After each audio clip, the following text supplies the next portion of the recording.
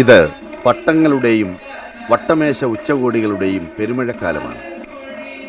പണ്ടൊക്കെ ഒരു ആന അനേക വർഷങ്ങളിലെ കർമ്മകാണ്ഡങ്ങൾ താണ്ടി നാടായ നാട് മുഴുവൻ പേരും പെരുമയും ആർജിക്കുമ്പോഴാവും പന്തീരാണ്ട് കൂടുമ്പോഴെന്നൊക്കെ പറഞ്ഞ മാതിരി എവിടെ നിന്നെങ്കിലും ഒരു ഗജരാജപട്ടം ലഭിക്കുന്നത്.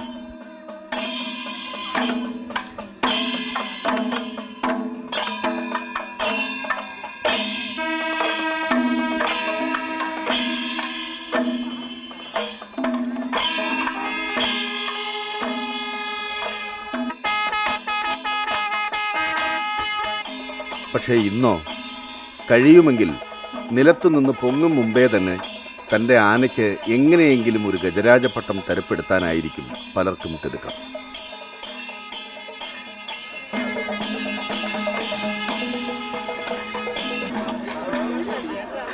എന്നാൽ പ്രത്യേക നേട്ടങ്ങൾക്കും നിക്ഷിപ്ത താൽപ്പര്യങ്ങൾക്കും ഒന്നും ഇടവും സാധ്യതയുമില്ലാത്ത ഒരു ദേവസ്വം ബോർഡ് ആനയ്ക്ക് ഗജരാജപട്ടം ലഭിക്കണമെന്നുണ്ടെങ്കിൽ അതിന് പിന്നിൽ യഥാർത്ഥ ആനക്കമ്പക്കാരുടെ ശ്രമവും നല്ല മനസ്സും ഉണ്ടാവണം.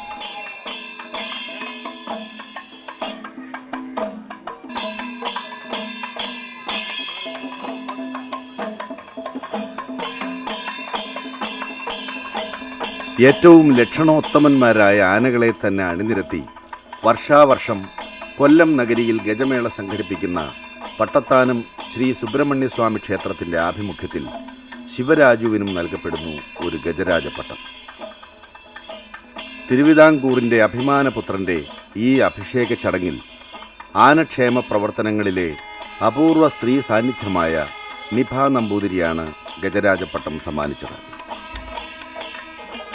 ഇന്ന് തെക്കൻ കേരളത്തിൻ്റെ അല്ലെങ്കിൽ തിരുവിതാംകൂറിൻ്റെ ധീരവീരകേസരിയായ ശിവരാജുവിന് പ്രായം 35 മാത്രം.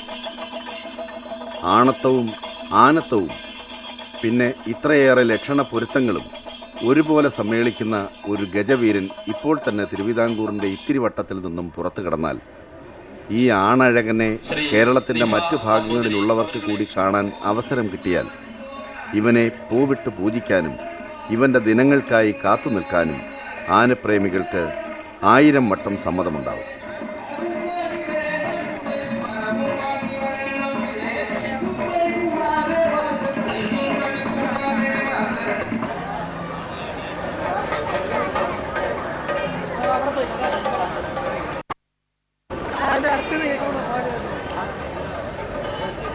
ശിവരാജുവിന് ഇപ്പോൾ 35 വയസ്സല്ലേ ആയിട്ടുള്ളൂ? അതെ, 35 ആയിട്ടുള്ളൂ. ഇവന് ഈ ഒരു പ്രായത്തിൽ തന്നെ നിങ്ങളൊരു ഗജരാജപട്ടം കൊടുക്കാനായിട്ട് തീരുമാനിച്ചതിൻ്റെ പിന്നിൽ എന്താണ് നിങ്ങൾക്ക് അതിനൊരു തോന്നലുണ്ടാക്കി? എൻ്റെ ആ സൗന്ദര്യം, പിന്നെ എൻ്റെ ഒരു തലപിടുത്തം. തെക്കൻ കേരളത്തിൽ അനന്തനും രാജശേഖരനൊപ്പം തലപിടിച്ച് നിൽക്കാൻ കഴിവുള്ളവരാണ് ഇത് മാത്രമേ ഉള്ളൂ. ഒരു വേറിട്ടൊരു സ്റ്റൈല് മറ്റ് ഒരു ആനകളുമായിട്ടും രാജുവിനെ താരതമ്യപ്പെടുത്താൻ ഒക്കില്ല. എന്തൊക്കെയാണ് നിങ്ങളുടെ ഒരു നോട്ടത്തിൽ ഇവൻ്റെ പ്ലസ് പോയിന്റ്സ്? എൻ്റെ നോട്ടത്തിൽ ഏറ്റവും ഇവൻ്റെ ചെവി തന്നെയാണ്.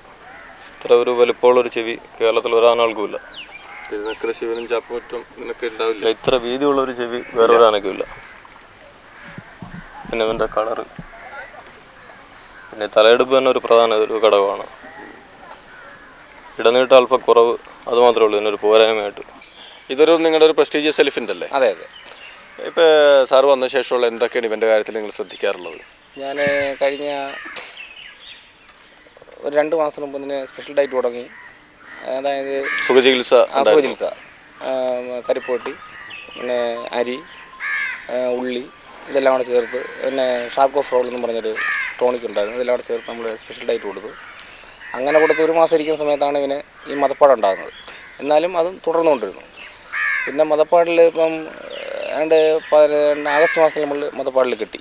ആ കിട്ടിയ സമയത്ത് പിന്നെ തണുപ്പിന് വേണ്ടി നമ്മൾ ഈ വെള്ളരിക്ക കൊടുത്തു. അതായത് 1.5 മാസക്കാലം കൊടുത്തു. പിന്നെ നല്ല രീതിയിലുള്ള ചികിത്സ നമ്മൾ കൊടുക്കുന്നത്, ഇപ്പം കൊടുക്കാവുന്ന എല്ലാ ചികിത്സകളും നമ്മൾ കൊടുത്തിട്ടുണ്ട്. എല്ലാ ചികിത്സ ഇവനിപ്പോൾ നമുക്കൊരു ഇവൻ്റെ ദിവസേനയുള്ള മെനു എങ്ങനെയാണ്? ഇവൻ എന്താണ് റേഷൻ ദേവസ്വം ബോർഡിൽ നിന്ന് തന്നെ വെച്ചിട്ടുള്ള ഒരു സാധാരണ, അത് നമ്മൾ എല്ലാ ആനകൾക്കും ഒരുപോലെയാണോ? അതിൻ്റെ ഒരു വലിപ്പത്തിനും കുട്ടിയാനയ്ക്കും വലിയാനയ്ക്കും ഒക്കെ എല്ലാ ആനകൾക്കും ഒരേ റേഷനാണ്?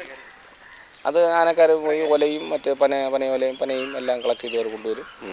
അതിൻ്റെ കൂലി നമ്മൾ അവർക്ക് തന്നെ കൊടുക്കും. പിന്നെ ചോറ് ഉണ്ടോ? അങ്ങനെ ചോറ് ദിവസമില്ല, ദിവസത്തിനില്ല. സ്പെഷ്യൽ ഡയറ്റിന് മാത്രമേ ഉള്ളൂ. അത്രേ ഉള്ളൂ, അല്ലാണ്ട് ദിവസേന ദിവസാനകൾക്ക് ചോറില്ല. ഇല്ല, സുഖചികിത്സയ്ക്ക് മാത്രമേ ഉള്ളൂ ഈ ഡയറ്റ് കൊടുക്കുന്നത്. വളർച്ചയുടെ യൗവനപ്പടവുകൾ ഇനിയും പൂർണ്ണമായും കടന്നു കഴിഞ്ഞിട്ടില്ലാത്ത ശിവരാജുവിൻ്റെ ഉയരവും മേനിത്തുടുപ്പും ഒരു പടി കൂടി ഒന്ന് മിനുത്ത് കൊഴുത്താൽ, അതെ, ശിവരാജുവിൻ്റെ സുവർണകാലം ആഗതമാവുന്നതേയുള്ളൂ. ഒരൽപ്പം കൂടി ശ്രദ്ധയും പ്രത്യേക പരിരക്ഷയും ഇവനായി നീക്കിവെക്കാൻ ദേവസ്വം ബോർഡ് തയ്യാറാകുമെങ്കിൽ കേരളത്തിൻ്റെ എന്നേക്കുമുള്ള ആനച്ചരിത്രത്തിലും ഇവൻ്റെ നാമം തങ്കലിപികളാൽ കുറിക്കപ്പെടും.